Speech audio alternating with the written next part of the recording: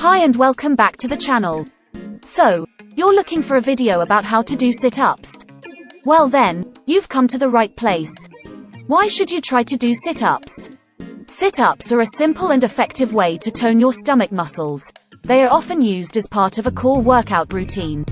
Sit-ups work by engaging your abdominal muscles and improving your spine and hip mobility. There are many different ways to do sit-ups, but the most important thing for beginners is to find a comfortable position that works for them. It is also important to keep your back straight and your chin up while performing sit-ups. They're easy to do, and you can do them anywhere. However, there are a few things you should keep in mind if you want to do them correctly. Many people find sit-ups to be difficult and often end up holding their breath while doing them.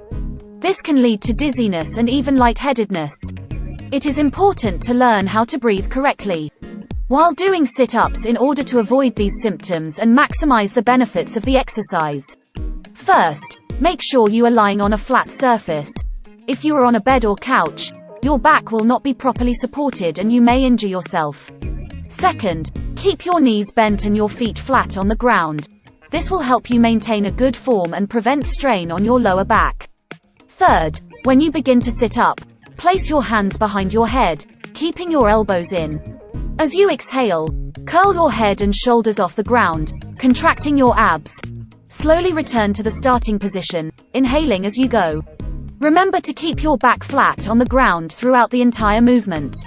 Beginners can start by doing a few sit-ups each day and gradually increasing the number as they get stronger. The more you do sit-ups, your body will get used to it and the easier it will become. Eventually, you will be able to do more sit-ups in better form. So, are you ready to do proper sit-ups now? Leave a comment or two about your sit-ups. And please leave a like if you enjoyed this video. Smash the subscribe button if you haven't. Thank you for watching and see you in the next video.